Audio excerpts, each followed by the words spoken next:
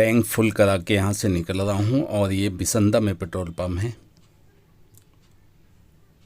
अब मुझे एमपी में पेट्रोल भरवाने की ज़रूरत नहीं पड़ेगी। बिसंदा बबेरू के करीब है और ये ज़िला बांदा में लगता है शायद। सीधे बोल रहे हो। हाईवे में हाँ उधर एक सेकंड रोड खराब है।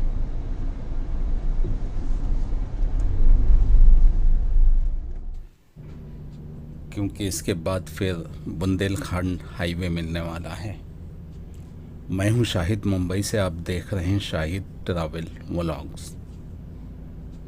ये है बिसंदा की आबादी। पेट्रोल पंप आबादी से पहले ही मिल गया था। ये अच्छा हुआ कि यहीं पे पेट्रोल भरवा लिया हूँ, और वैसे भी पेट्रोल ख़त्म हो गया था, आगे जा भी नहीं पाता मैं, क्योंकि आगे कोई पेट्रोल पंप शायद ना मिले, क्योंकि आगे मुझे बुंदेलखंड हाईवे मिलने वाला है। और वो बुंदेलखंड हाईवे चित्रकूट में एग्ज़िट होता है, और मेरे ख़्याल से वहीं तक बुंदेलखंड हाईवे एंड हो जाता है, उसके आगे नहीं है। आपकी यात्रा मंगलमय हो।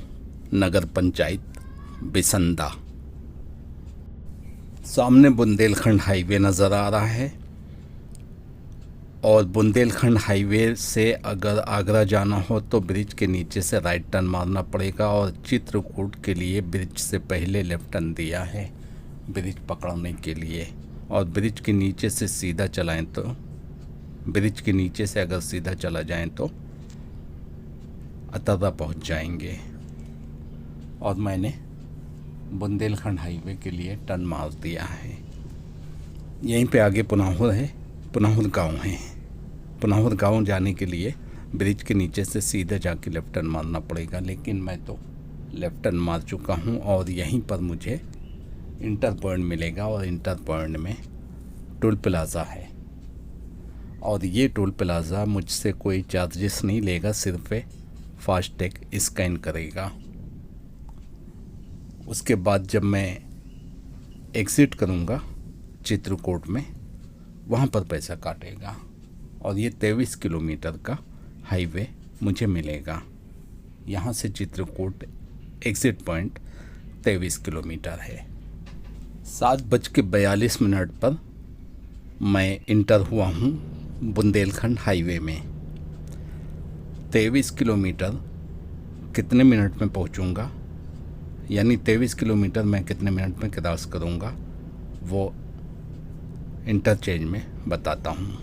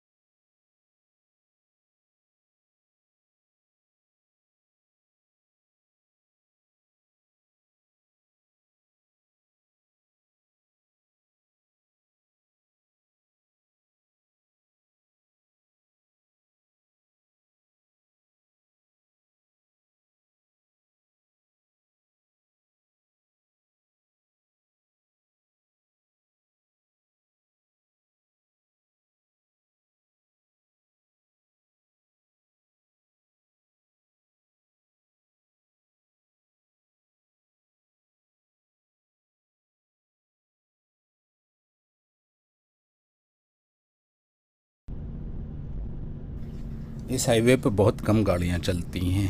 मज़ा आता है इस हाईवे पे गाड़ी चलाने में। क्रूज़ कंट्रोल लगा दिया है 92 93 पे। क्रूज़ कंट्रोल के बाद भी स्पीड आगे पीछे होती है, ज़्यादा नहीं। अगर 92 पे लगाया हूँ तो हल्की सी चढ़ाई में 90 हो जाएगा, और ढलान में 94 95 हो जाएगा। क्रूज़ में भी एक जगह पे गाड़ी स्थिर नहीं रहती है, ढलान और चढ़ान के हिसाब से थोड़ा सा आगे पीछे हो सकती है, ज़्यादा नहीं। इस हाईवे की स्पीड लिमिट 100 है, 100। तो 100 के नीचे ही चलाना है क्योंकि कैमरे लगे हुए हैं कहीं कहीं पे। वैसे कैमरा बहुत कम है,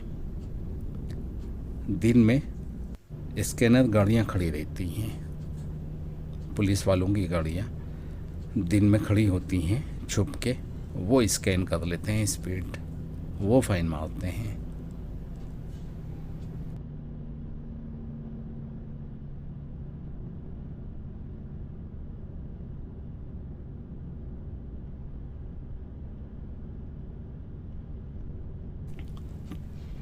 चित्रकूट जाने के लिए और इलाहाबाद जाने के लिए सीधा तीर का निशान दिया हुआ है, यानी इलाहाबाद भी जा सकते हैं चित्रकूट उतरने के बाद, या उससे पहले कोई इंटरचेंज हो सकता है, मुझे नहीं पता।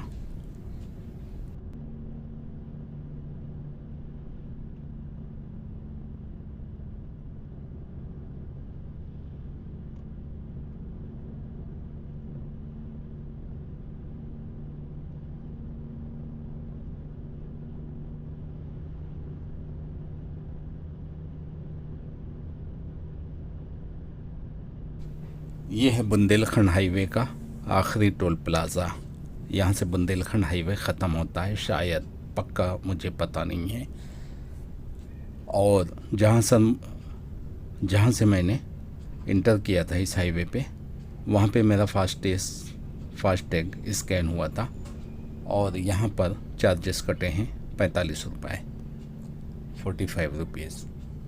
और इस वक्त टाइम हुआ है 7:55।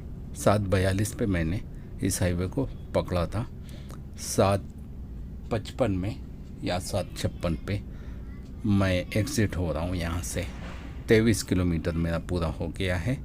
25 लिखा हुआ था सबसे कम से कम 25 रुपये। हाँ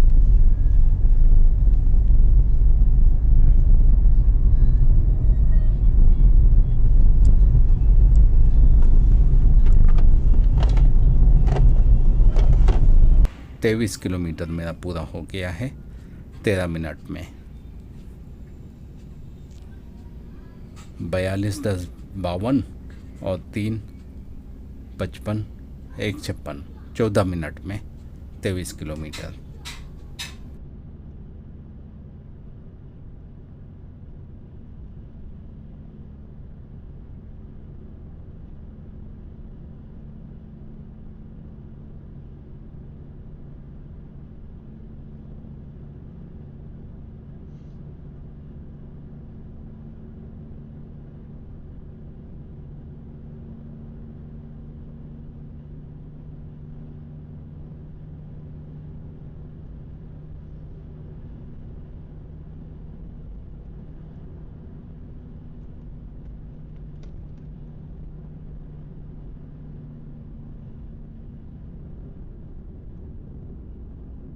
इलाहाबाद जाने के लिए 1 किलोमीटर के बाद लेफ़्ट साइड से एग्ज़िट है, और अतर्रा और बांदा जाने के लिए सीधा निशान दिया हुआ है।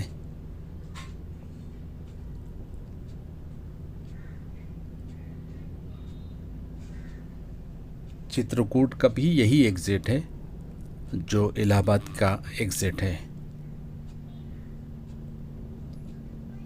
मेरे ख्याल से इससे ज़्यादा हाईवे है नहीं। अतर्रा और बांदा जाने के लिए, बांदा तो पीछे छूट चुका है, फिर भी निशान तो देना ही पड़ेगा कि अब बांदा जाना हो तो कैसे जाएं, तो उसके लिए एक आगे से कोई यू टर्न होएगा शायद। ये इंटरचेंज है चित्रकूट का, और ये चित्रकूट प्लाज़ा मिला था जो पीछे निकल गया है। टोल प्लाज़ा चित्रकूट का टोल प्लाज़ा है, और इस वक्त मैं चित्रकूट में हूँ।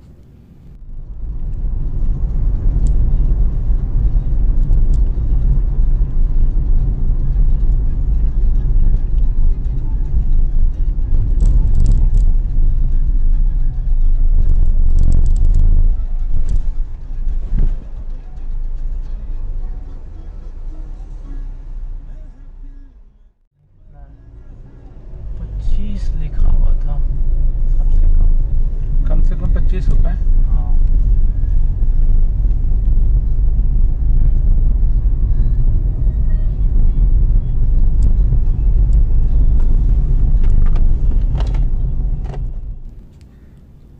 मेरे ख्याल से चित्रकूट यूपी में है और चित्रकूट की जो घाटी है वो एमपी में है शायद। बोर्ड लगा हुआ है चित्रकूट उत्तर प्रदेश पर्यटन आपका स्वागत करता है।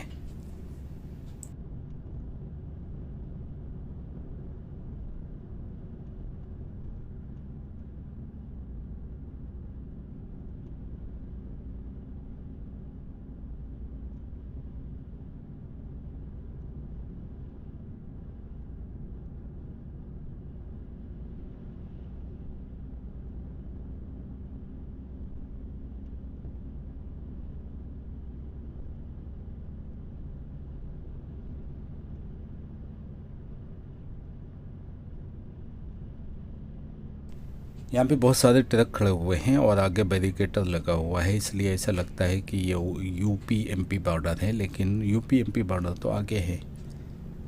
लेकिन यूपी एमपी की जो सरहद हैं उनकी लाइनें बड़ी अजीब व गरीब हैं। कभी रोड यूपी में आ जाती है, उसके बाद फिर एमपी में चली जाती है, फिर यूपी में आ जाती है, फिर एमपी में चली जाती है। मैंने मैप में देखा है, बड़ा अजीब व गरीब नक्शा बना हुआ है।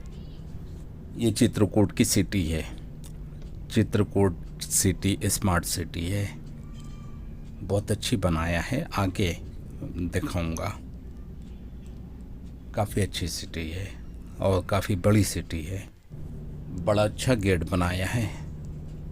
चित्रकूट धाम आपका हार्दिक स्वागत करता है। इस रोड पे होटल बहुत ज़्यादा हैं और अच्छे होटल हैं, रहने वाले, रिहाइश पजीर, रुकने वाले बहुत ज़्यादा होटल हैं, दाईं तरफ भी बाईं तरफ भी।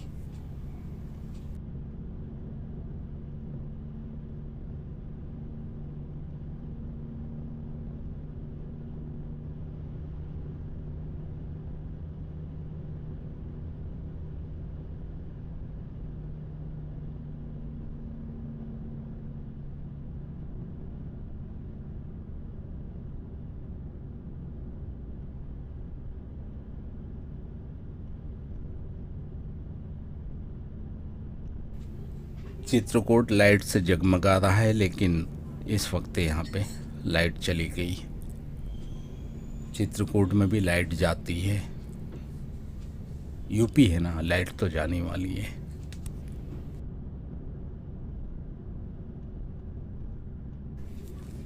स्मार्ट सिटी देख के भी कहीं कहीं पे हंसी आती है कि ये स्मार्ट सिटी है। बीच में एक डिवाइडर उठा दिया है, लेफ़्ट और राइट साइड की रोड बनाया ही नहीं, छोड़ दिया, वो बड़खाबड़ पड़ा हुआ है। ये स्मार्ट सिटी है, देखो। और यहाँ तो टूटी फूटी रोड है, लेकिन हाँ डिवाइडर लगा हुआ है, आने और जाने वाली अलग अलग रोड। भले ही रोड में खड्डे हों, 8-8 इंच के खड्डे, उससे क्या फ़र्क पड़ता है। सामने मुझे एक हाईवे नज़र आ रहा है, लेकिन ये कोई बड़ा हाईवे नहीं है, सिंगल रोड है, आने और जाने वाली एक ही रोड। मैं तो इसी को सिंगल कहता हूँ। पहले तो सिंगल रोड उसे कहा जाता था जिसमें 2 गाड़ी एक बार में आसानी से न गुजरने पाए, एक को कच्ची में उतरना पड़ता था, वो सिंगल रोड होती थी। लेकिन आज के टाइम पे आने जाने वाली एक ही रोड को सिंगल रोड कहा जाता है। ये है एमपी बॉर्डर। अब यहाँ से एमपी शुरू हो जाता है और मैं एमपी में दाखिल हो चुका हूँ। चित्रकूट के बाद एमपी बॉर्डर है और उसके बाद चित्रकूट की घाटी है। इसका मतलब ये है कि चित्रकूट की घाटी एमपी में है,